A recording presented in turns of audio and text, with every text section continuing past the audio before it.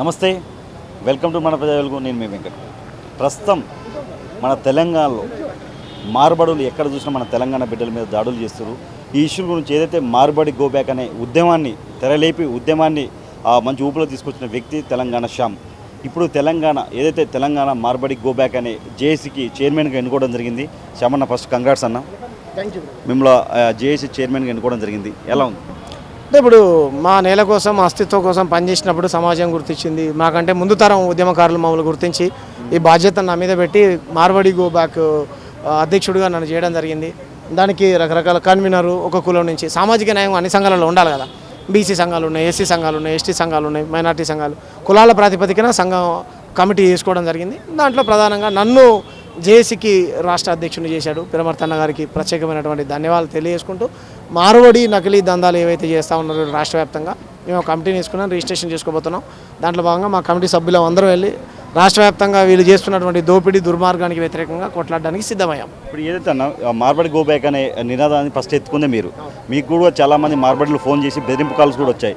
ఎందుకంటే తెలంగాణలో ఎక్కడ చూసినా మన తెలంగాణ బిడ్డల మీద దాడులు చేస్తున్నారు మార్బడులు. ఇక్కడ వచ్చి మొత్తం వ్యాపారాలు వాళ్ళు చేస్తున్నారు. మన తెలంగాణ బిడ్డలు ఏ వ్యాపారం చేయకుండా మొత్తం వ్యాపారాలు మార్బడి చేతులకు వెళ్ళింది. అప్పుడు ఫస్ట్ స్పందించింది మీరే. మీకు బెదిరింపు కాల్ కూడా వచ్చాయి. బెదిరింపులకు తెలంగాణ సమాజం భయపడదు, తెలంగాణ శ్యామ్ కూడా భయపడ్డాడు. తెలంగాణలో ఉన్నటువంటి చాలామంది ఇంటలెక్చువల్స్, తెలంగాణ ఉద్యమకారులు, మేధావులు రాజకీయాలకు అతీతంగా అరే పక్కనే ఉన్నటువంటి సీమాంధ్రులతో మనకి ఇంత ప్రమాదం ఉందని 60 ఏళ్ళు మనం గొంతెత్తి నిలదీశాం కదా. ఎక్కడి నుంచో వచ్చినటువంటి north Indians, not only Marwari Rajasthani కావచ్చు, గుజరాతీ కావచ్చు, ఇంకో కలకత్తా అయినా కావచ్చు, ఢిల్లీ అయినా కావచ్చు, ఎవరైనా కావచ్చు, నార్త్ ఇండియన్స్ వచ్చి ఇంత దోపిడీ చేస్తూ ఉంటే నిజమే కదా, ఈ ఉద్యమం కరెక్ట్ అయినటువంటి ఉద్యమే. కానీ మేధావులందరూ మాట్లాడారు, దాని మీద నిరంతరం చర్చ జరుగుతూనే ఉన్నది. పృథ్వీరాజ్ అన్న మాట్లాడుతూ ఉన్నాడు, పిరమర్తన్న మాట్లాడుతూ ఉన్నాడు, జిలకరసీన్ అన్న మాట్లాడుతూ ఉన్నాడు, చాలామంది తెలంగాణ విఠలన్న మాట్లాడుతూ ఉన్నాడు, గోపీనాథ్ సార్ మాట్లాడుతూ ఉన్నాడు, అదే గాలి వినోద్ కుమార్ సార్ మాట్లాడుతూ ఉన్నాడు, నేను మాట్లాడుతున్నాను. మీలాంటి జర్నలిస్టులు కూడా నిరంతరం ఈ మార్బడి నకిలీ దందాలు ఎక్కడ జరిగితే అక్కడికి వెళ్తూ ఉన్నాయి, పనిచేస్తూ ఉన్నాయి. 60% భూములు తెలంగాణలో మార్వాడీల చేతులు వెళ్ళిపోయినాయి. 60% వ్యాపారాలలో చిరు వ్యాపారాల నుంచి పెద్ద వ్యాపారం, ప్రతి వ్యాపారం మార్వాడీల చేతులకు వెళ్ళిపోయింది. ఈరోజు లలిత జ్యువెలరీస్ కూడా ఆయనేం తెలుగు ఆయన కాదు, ఆయన కూడా నార్త్ ఆయనే.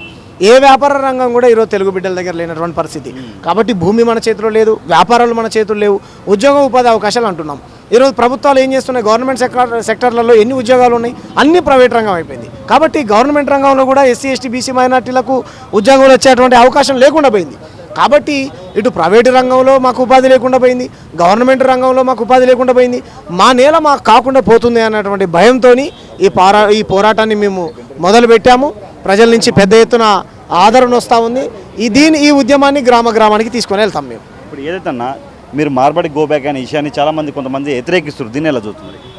మార్బడి ఇప్పుడు వ్యతిరేకించే వాళ్ళు ఎవరని అంటే బీజేపీ వ్యతిరేకిస్తూ ఉన్నది, వాళ్ళు హిందువులే కదా అని అంటా ఉంది.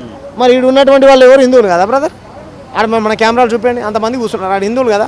ఇది హిందూ ముస్లిం క్రిస్టియన్ సమస్య కాదు, ఇది మా నేల ప్రాంతం, మా అస్తిత్వ సమస్య. భౌగోళిక తెలంగాణ సాధించుకునే తప్ప ఇక్కడ ఉన్నటువంటి వనరులు ఎవరికి అందాలి? మార్వాడులకు అందాలా? గుజరాత్ వాళ్ళు తినాలా? మా బిడ్డలు 100 సార్లు చెప్పాం, మా బిడ్డలు అమరులు అయింది. అరే తెలంగాణ ఉద్యమకారులకు 250 గజాల స్థలం ఏమని కొట్లాడుతాం, తెలంగాణ జర్నలిస్టులకు ఇల్లు కట్టేయమన్నాడు. ఎక్కడ కట్టించారు? ఒక మార్వాడి జర్నలిస్ట్ అయిన తెలంగాణ ఉద్యమంలో అమరుడైందా? ఒక మార్వాడి ఉద్యమకారుడైన తెలంగాణ ఉద్యమంలో అమరుడైందా? ఒక కళాకారుడైన తెలంగాణ ఉద్యమంలో పాట పాడుతూ అమరుడైందా?